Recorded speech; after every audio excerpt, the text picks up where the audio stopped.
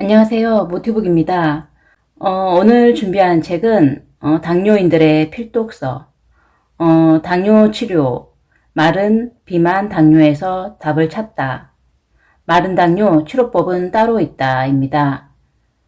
비만 당뇨와 마찬가지로 마른 당뇨 역시 한의학 치료에 효과가 높다라고 하는데요. 이 책은 유튜브 인기 채널 당뇨 스쿨을 통해서 수많은 당뇨인들과 만나온 당봄 한의원 의료진의 한국형 당뇨 치료를 위한 실질적이고 유용한 정보, 또 생활 속에서 실천할 수 있는 효과적인 관리법, 특히 수면과 스트레스라는 당뇨의 큰 적을 쉽게 지나치는 경우가 많은데요. 이것이 당뇨에 얼마나 큰 영향을 미치는지에 대해 상세히 다루고 있는 책입니다. 획일적인 치료가 아닌 개인의 특성에 따른 치료가 중요하다고 하는데요. 그럼 지금부터 마른 당뇨의 치료법 함께 해보도록 하겠습니다. 마른 당뇨인 음식은 이렇게 섭취하세요. 1. 마른 당뇨인이 탄수화물을 먹어도 될까? 대부분의 당뇨인은 끼니마다 잡곡밥을 먹고 있을 것이다. 쌀밥은 혈당을 높일까봐 못 먹고 대신 현미 등 여러 곡류를 넣은 잡곡밥을 먹는다. 언제부터 당뇨인은 잡곡밥, 특히 현미밥을 먹어야 한다는 강박관념이 생겼을까? 쌀밥은 무조건 나쁘고 현미밥은 무조건 좋을까? 현미는 백미에 비해 단백질, 섬유질, 비타민 B가 8% 정도 많으며 혈당을 완만히 높인다고 알려져 있다. 이것이 당뇨인을 현미밥에 집착하게 만들었다. 하지만 본원에서는 굳이 현미밥에 집착하지 말 것을 잡곡밥 위주로 먹되 때로는 쌀밥을 먹어도 됨을 설명한다. 2018년 농촌진흥청에서 발표한 내용에 따르면 쌀은 다당류이기 때문에 소화 흡수가 서서히 진행돼 인슐린 분비가 안정적으로 유지된다고 한다. 또한 백미와 현미는 영양학적으로 큰 차이가 없기 때문에 백미를 무조건 기피할 필요가 없다는 말도 덧붙였다. 통계적으로 우리나라 당뇨인 중 최대 35%가 당뇨병성 위장장애를 겪고 있다. 따라서 위장장애가 있는 당뇨인이 현미밥만 고집한다면 오히려 소화불량과 복통을 일으켜 몸이 망가질 수 있다. 최근 저탄고지 식단이라 하여 탄수화물을 극단적으로 줄이는 식사법이 유행한 적이 있다. 이런 유행이 아니어도 많은 당뇨인은 탄수화물 섭취를 기피한다. 그런데 알고 보면 탄수화물은 우리 몸에서 가장 주된 에너지원이며 뇌와 신경계에서 사용되는 최우선 에너지원일 정도로 중요한 영양소다. 인슐린을 분비시켜 세포내로 당분이 들어가게 하는 역할도 한다. 만약 사람 몸에 탄수화물이 부족하면 운동 시 필요한 1차 에너지도 부족해져서 근육을 분해해 에너지원으로 쓰게 된다.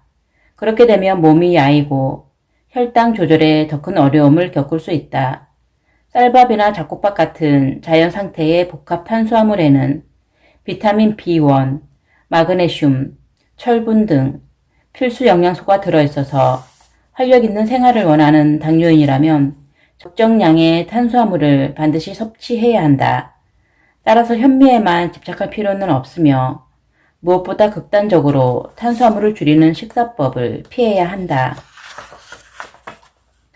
당뇨인이 줄여야 하는 탄수화물은 따로 있다. 바로 밀가루, 백설탕 등 정제 과정을 거친 탄수화물이다.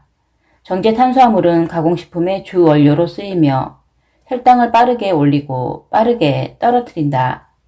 당뇨인에게는 3개월 혈당 평균 수치를 보여주는 당화 혈색소도 중요하지만 일상적인 혈당 수치의 변화도 중요한데 이때 언급되는 게 바로 혈당이 급격히 오르는 혈당 스파이크이다. 정제 탄수화물은 혈당 스파이크를 만드는데 혈당 스파이크가 나타나며 몸이 해를 입으므로 반드시 정제 탄수화물 섭취를 피하거나 줄여야 한다. 2. 마른 당뇨인에게 고기 섭취가 중요한 이유. 마른 당뇨인의 경우 고기 섭취가 부족하기 쉽다. 소화 기능이 약해서 고기 특유의 냄새가 싫어서 무엇보다 당뇨가 걱정돼서 고기 섭취량을 줄이는 경우가 많기 때문이다. 그러나 살이 쪄야 하는 마른 당뇨인일수록 적정량의 고기와 단백질 섭취는 필수이다. 특히 고단백 음식을 보충하는 게 좋은데 그러기에 고기만한 것이 없다. 구체적으로 마른 당뇨인이 고기를 먹어야 하는 이유를 살펴보면 다음과 같다. 첫째, 근육이 빠지는 것을 막기 위해서다. 살을 찌울 때처럼 근육을 만들 때도 단백질이 필요한 만큼 고기를 적절히 섭취해야 한다. 단백질은 동물성 단백질과 식물성 단백질로 나뉘는데 동물성 단백질의 대표 음식인 고기에는 근육을 만드는 데 유용한 영양분이 식물성 단백질보다 더 많다.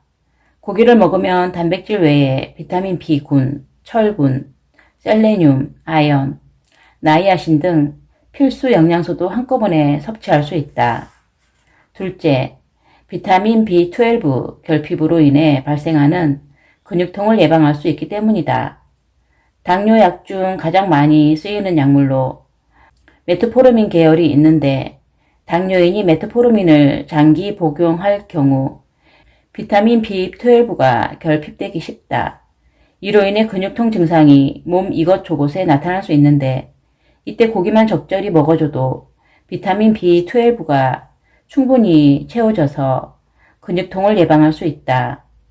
당뇨인이 손발 저림 증상을 느낄 때도 단백질이 충분한 균형 잡힌 식사를 하고 있는지 따져봐야 한다. 셋째, 고기에는 기분을 좋게 해주는 세로토닌의 원료, 트립토판이 많이 들어있기 때문이다. 세로토닌은 수면 호르몬인 멜라토닌의 원료가 되어 당뇨인의 숙면을 도와준다.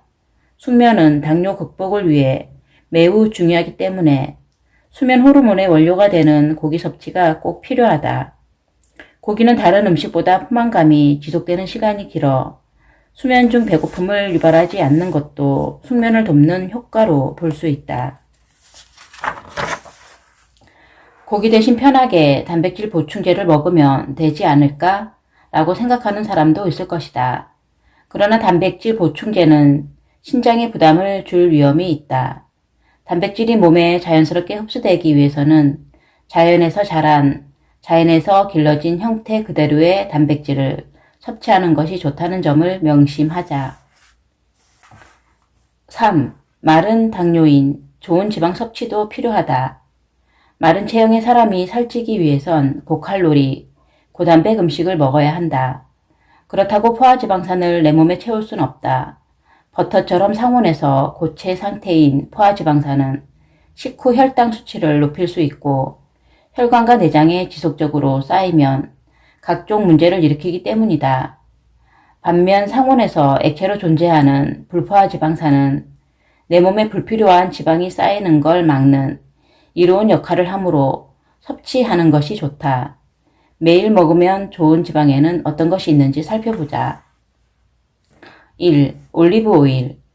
올리브 오일의 주요 지방산은 불포화지방산이며 오메가6, 오메가3와 같은 다중 불포화지방산과 올레산 같은 단일 불포화지방산을 포함한다. 다중 불포화지방산은 LDL 콜레스테롤 수치를 떨어뜨려 심장질환의 위험을 낮춰주며 단일 불포화지방산은 염증을 줄이고 암과 관련된 유전자에 영향을 미쳐 항암 작용을 하는 것으로 알려져 있다. 이 외에도 올리브 오일의 장점은 정말 많다.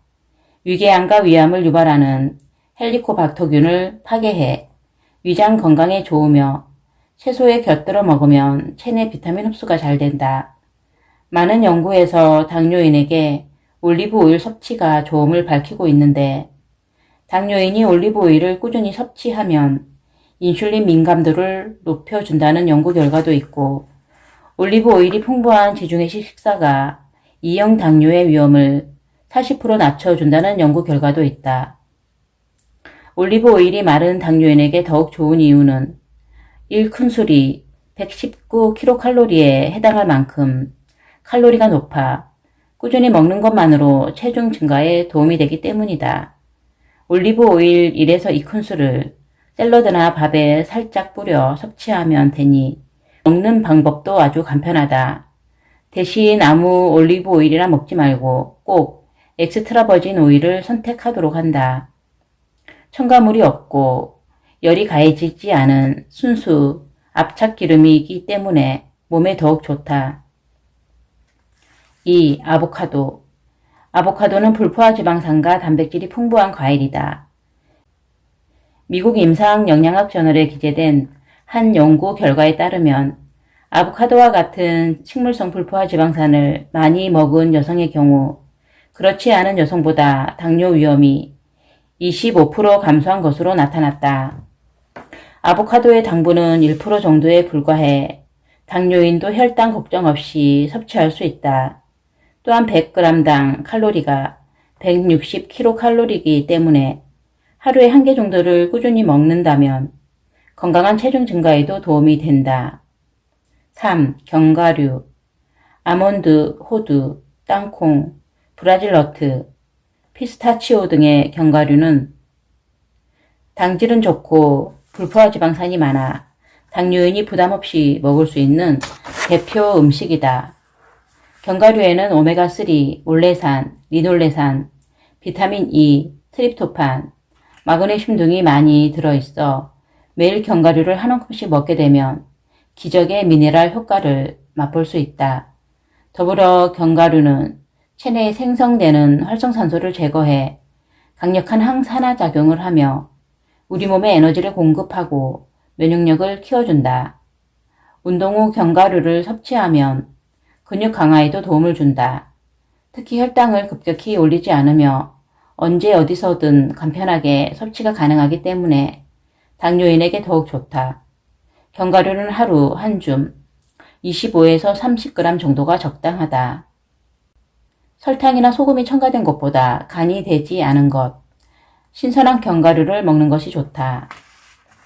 4. 마른 당뇨인의 혈당 조절에 도움을 주는 음식. 1. 여주. 울퉁불퉁한 모양의 여주는 먹는 인슐린이라는 별명을 갖고 있을 정도로 인슐린을 풍부하게 함유한 식품이다. 주로 차로 끓여 마시거나 피클을 만들어 먹는다.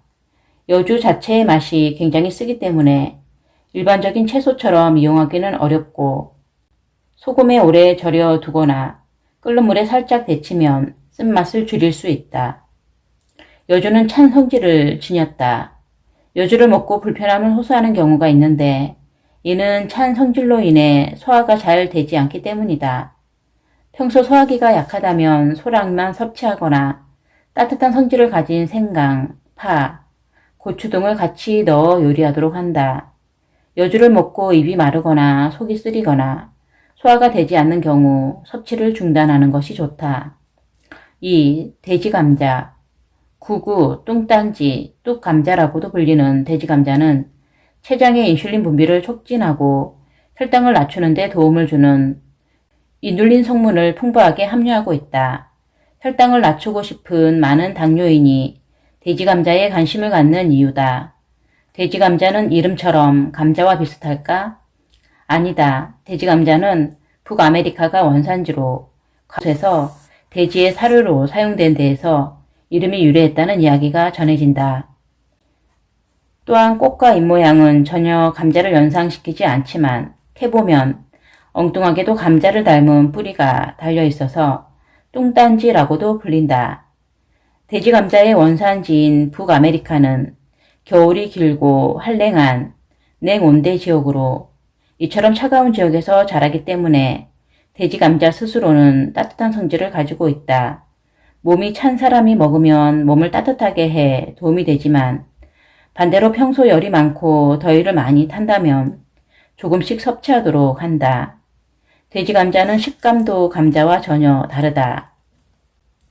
감자 맛을 상상하고 먹었다가 실패한 경우도 많아 다음에 섭취법을 소개한다.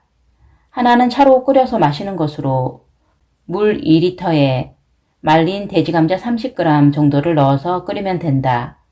또 하나는 깍두기를 담가 반찬으로 먹는 것으로 아삭아삭한 식감과 양념 맛으로 꾸준히 먹기 좋은 방법이다. 3. 마늘. 하나, 항염증 효과와 면역력 증진에 뛰어난 식품으로 알려져 있는 마늘은 혈당 조절에도 도움을 준다. 마늘을 섭취한 실험군과 섭취하지 않은 대조군을 비교했을 때 마늘을 섭취한 그룹의 혈당이 더 크게 감소했다는 실험 결과도 있다. 그렇다면 마늘은 얼마나 먹어야 할까? 하루 한쪽 정도를 권한다. 한식 위주의 식사를 할 경우 요리에 사용하는 마늘 양만으로도 충분할 수 있다. 더 섭취하고 싶다면 한쪽 정도를 얇게 저며서 생으로 먹거나 가루, 환 등으로 대체해 먹어도 된다. 4. 녹차. 녹차는 특히 황산화 물질이 풍부해 당뇨나 고혈압 같은 혈관성 질환에 좋다. 녹차의 첫 맛은 쓰고 텁텁하지만 구수한 감칠맛이 뒤따른다. 쓰고 텁텁한 맛은 녹차의 대표 성분인 카테킨 때문이다. 이 외에도 녹차에는 여러 가지 좋은 성분이 함유되어 있다. 플라바놀은 일산화질소의 생성을 촉진해 혈관을 팽창시키고 혈류의 순환을 돕는다. 또한 항산화 작용이 활발해 혈관 노화를 방지하고 특히 소화기관 내에서 콜레스테롤의 흡수를 저해해 나쁜 콜레스테롤인 LDL을 낮춘다. 폴리페놀인 에피칼로카테킨은 탁월한 항염증 효과가 있어 우리 몸속 만성염증을 유발하는 당뇨 치료에 큰 도움을 준다. 녹차에 함유된 카페인과 테아닌은 정신건강에 매우 유익하다. 인체 각성 작용을 해주는 카페인과 중추신경을 이완시키고 스트레스를 풀어주는 테아닌이 적절한 조화를 이루기 때문이다. 카페인의 일일 적정 섭취량은 400mg인데 녹차 한 잔에서 우러나는 카페인 양은 약 50mg에 불과하므로 신경이 예민하거나 수면 장애가 있는 사람이라면 카페인 함량이 높은 커피보다 녹차를 마시는 것이 좋다. 녹차는 알칼리성을 띠기 때문에 당뇨인의 갈증 해소에도 좋다. 동의보감에 따르면 녹차는 찬 성질이 있어 답답함을 없애고 열을 내려주며 갈증을 없애고 소화를 돕고 눈과 머리를 맑게 해준다고 한다. 여기서 잠깐 녹차로 대표되는 차의 종류에 대해 살펴보고 가자. 우리가 주로 접하는 녹차 외에 홍차, 우롱차, 보이차, 말차 등도 흔히 듣는 차 이름이다. 서로 어떻게 다른 걸까? 본래 차는 새로 난 차나무 가지에 어린 잎을 채취한 후 고온에서 말려 정지한 것을 말하는데 발효 정도에 따라 크게 녹차, 우롱차, 홍차로 구분한다. 후 발효 과정을 거친 것은 보이차라 한다. 이 중 어린 잎의 탄닌을 절반 정도만 발효시킨 것이 우롱차, 탄닌을 85% 이상 발효시킨 완전 발효차가 홍차이다.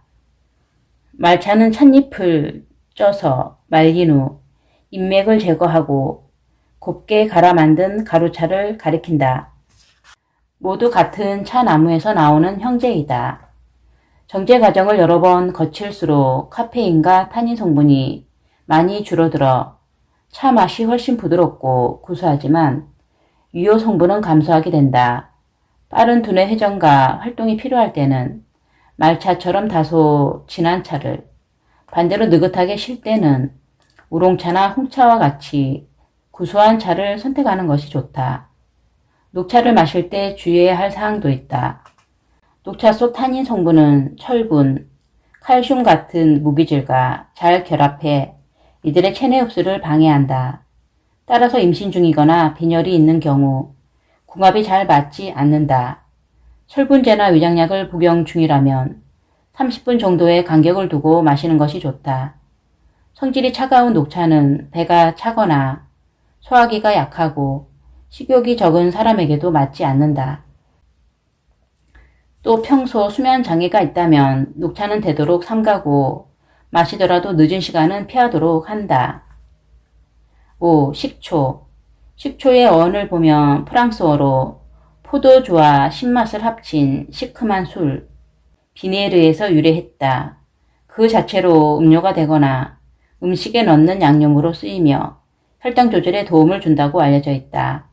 2014년 영국 옥스퍼드 대학교에서 발간하는 뉴트리션 리뷰에는 식초가 당뇨병 치료에 어떻게 도움을 주는지 그 근거를 제시하는 논문이 실렸다. 식초의 혈당 조절에 관련된 기존 논문들을 종합한 이 논문에 따르면 고탄수화물을 먹기 전에 식초를 마시는 경우와 고탄수화물을 먹고 나서 식초를 마시는 경우 인슐린 민감성을 비교했더니 각각 34%, 19% 향상을 보였다. 고탄수화물 식사에 식초를 첨가했을 때는 유의미한 항혈당 작용이 있었지만 저탄수화물 식사나 섬유질이 많은 식사의 경우 식초로 인한 항혈당 작용이 미미했다. 이로 미루어 식초가 탄수화물의 흡수를 지연시키는 데 도움이 된다고 논문은 말한다. 2형 당뇨가 잘 조절되고 있는 27명의 피험자를 대상으로 각각 1400mg, 15mg이 들어있는 실험약으로 하루 2회 12주간 소규모로 진행한 실험에서도 1400mg을 복용한 그룹에서 당화 혈색소가 0.16% 감소한 것으로 나타났다. 또한 1형 당뇨가 있는 환자에게 탄수화물 식사 5분 전에 식초 30ml를 복용하도록 했더니 위 약에 비해 식후 혈당이 20%나 낮아졌다. 이는 식초를 매일 꾸준히 복용하면 혈당 조절뿐만 아니라 인슐린 저항성도 개선시킬 수 있음을 의미한다. 그렇다면 식초는 혈당 조절에 어떤 방법으로 관여하는 걸까? 앞서 소개한 논문에서는 그 가능성을 제시했다. 식후 혈당 수치는 음식물이 위장에 얼마나 오래 머무는지에 달려있는데 이는 십이지장 근육부의 pH 센서가 식초로 인한 산성 자극을 인지해 위장의 배출 활동을 지연시키기 때문이라고 한다. 동의보감에는 식초는 성질이 따뜻하고 맛이 시며 독이 없어 덩어리지고 뭉친 것을 풀고 흉통과 인후통을 다스린다. 또한 모든 육류, 생선, 채소의 독을 없애준다 고 쓰여 있다. 조선시대 궁녀들도 식초를 이용해 늘 체중 관리에 신경 썼다고 한다. 언제 갑자기 왕의 간택을 받을지 모르기에 아침 저녁으로 식후에 식초로 절인 마늘 2에서 3쪽을 먹으면 허리가 가늘어진다는 비방이 유행하기도 했다고 한다. 식초가 혈당의 급격한 상승과 체중 증가를 막아주니 다이어트에 도움이 된 게 아닐까? 실제로 식초가 체중 감량에 도움이 된다는 연구 결과가 있다. 일본 미즈칸 그룹 중앙연구소에서 진행한 175명의 과체중 일본인을 대상으로 식초를 섭취하게 한 뒤 지방 분해, 체중 감량을 확인했더니 매일 식초 한 숟가락을 섭취한 그룹은 체중이 1.2kg, 매일 2숟가락을 섭취한 그룹은 1.7kg이 줄었다고 한다. 식초가 체중 감량에 도움이 됐음을 알 수 있다. 그렇다면 어떤 식초를 언제 어떻게 먹어야 좋을까? 식초를 복용할 때는 하루 물 한 컵에 15에서 30ml 정도의 사과 식초를 희석해서 공복에 마시기를 추천한다. 이때 역류로 인한 식도의 자극을 방지하기 위해 식초를 마신 후 약 30분 동안은 눕지 않도록 한다. 단, 입안에 구내염 등의 상처가 있을 경우 식초가 오히려 구강염증을 악화시킬 수 있으므로 상처가 다 나을 때까지는 복용을 피하는 것이 좋다. 6. 사과. 당뇨인은 혈당이 오를까봐 과일을 잘 먹지 못한다. 과일에 함유된 당을 무시할 수 없기 때문이다. 그러나 대부분의 과일이 생각보다 GI, GL 지수가 낮아 당뇨인이 섭취해도 괜찮으며 그 중에서도 사과는 당뇨인이 가장 안심하고 먹을 수 있는 과일이다. 농촌진흥청에 따르면 사과 칼로리는 100g당 57kcal로 다른 과일에 비해 높은 편에 속하지만 수분이 85% 이상, GI 지수는 38로 낮은 편이다. 쉽게 말해 수분이 대부분이라 다른 과일에 비해 혈당을 덜 올린다고 볼 수 있다. 다음 연구에 따르면 사과가 과일이라 혈당을 높일 것이라 염려하는 것과 달리 오히려 공복, 혈당을 낮추는 데 도움이 된다고 한다. 사과 속 섬유질의 25% 이상을 차지하는 팩틴 성분은 수용성 섬유질로 당분이 좀 더 천천히 혈관 속으로 들어가게 도와 결과적으로 공복 혈당을 감소시키기 때문이다. 사과에는 포도당, 과당 외에도 단백질, 섬유질, 유기산, 비타민 A, B, C, 칼슘, 칼륨, 인 등 다양한 영양소가 들어있어 비타민과 미네랄을 섭취하기에 좋다. 혈당이 오를까봐 과일을 무조건 피하다 보면 그 속에 함유된 비타민과 미네랄을 놓칠 수 있다. 사과를 간식으로 조금씩 먹되 껍질째 섭취하는 것을 권한다. 5. 살찌고 싶은 마른 당뇨인을 위한 간식.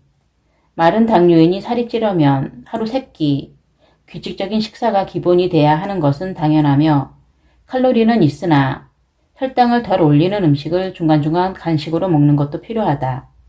마른 당뇨인의 체중 증가에 도움이 되는 맞춤 간식에는 어떤 것이 있는지 살펴보자.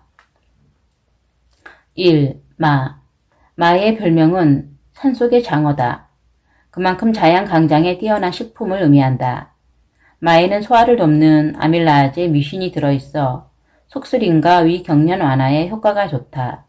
따라서 소화가 잘 안되는 마른 당뇨인이 마를 꾸준히 먹으면 속이 편안해지고 영양분 섭취에도 도움이 된다. 마의 디아스티아제 성분은 췌장의 인슐린 분비를 돕기 때문에 당뇨인에게 더욱 좋다. 하지만 마의 뮤신 성분은 알레르기 유발 물질이기도 하므로 우선 채소량만 먹어 본인에게 맞는지 평가해보고 괜찮다면 조금씩 양을 늘려가도록 한다. 마는 우유와 함께 먹는 것이 좋다. 믹서에 마 100g과 마가 잠길 정도의 우유를 넣고 갈아 먹으면 당뇨인에게 좋은 간식이 된다. 2. 바나나. 바나나는 트립토판과 마그네슘의 훌륭한 공급원이다. 트립토판은 수면의 질을 높여주는 중요한 성분이기에 마른 당뇨인의 수면 관리에 도움이 된다. 바나나는 당뇨인에게 건강한 단맛을 제공한다. 탄산음료나 사탕, 초콜릿 같은 달콤한 간식은 일시적으로 기분이 좋아지게 하지만 점차 더 강도 높은 단맛을 먹어야 비슷한 기분을 느끼는데 이를 탄수화물 중독이라 한다. 같은 단맛이라도 바나나의 단맛처럼 중독성 없는 자연의 단맛에 익숙해질 필요가 있다. 당뇨인에게 좋은 바나나는 반점이 없고 꼭지가 약간 초록빛이 도는 싱싱한 바나나이다. 이런 바나나에는 저항 전분이 들어있어 혈당을 천천히 올린다. 따라서 꼭지가 초록빛이 도는 싱싱한 바나나 1개 정도는 당뇨인이라도 먹어도 좋다. 반면 너무 잘 익었거나 갈변한 바나나는 혈당을 급격히 올릴 수 있으니 섭취 시 반드시 주의한다. 3. 요구르트. 우유를 소화하지 못하는 유당불내증이 있는 사람도 무리 없이 섭취할 수 있는 발효유인 요구르트는 칼슘, 단백질, 아연, 비타민 B2, B5, B12 등의 영양소를 한 번에 복용하여 짧은 시간 안에 에너지를 내는 데 도움을 준다. 특히 요구르트에는 타이로신이라고 하는 아미노산이 많이 함유되어 있는데 이는 도파민 등의 신경 전달 물질을 촉진해 스트레스와 피로 해소에 좋다. 요구르트를 하루에 200g씩 꾸준히 섭취하면 당뇨 예방에 도움이 될 뿐더러 소화 기능 개선, 심장질환 예방, 암 예방, 골다공증 예방, 피부 미용, 면역력 강화 등의 효과가 있다. 건강을 위해서는 합성 첨가물과 설탕을 함유하지 않은 플레인 요구르트나 그릭 요구르트를 섭취하는 것이 좋다. 4. 달걀. 달걀은 일상생활에서 가장 저렴하게 섭취할 수 있는 완전 식품으로 알려져 있다. 삶은 달걀은 단백질을 보충해주고 소화 흡수 과정에서 포도당이 서서히 공급되어 혈당이 일정 수준으로 오랫동안 유지되도록 돕는다. 하루에 삶은 달걀 1개에서 2개를 먹으면 생활에 활력을 얻을 수 있다. 만약 콜레스테롤 수치가 높다 하더라도 이 정도 분량은 무리가 없으니 안심하고 먹어도 된다.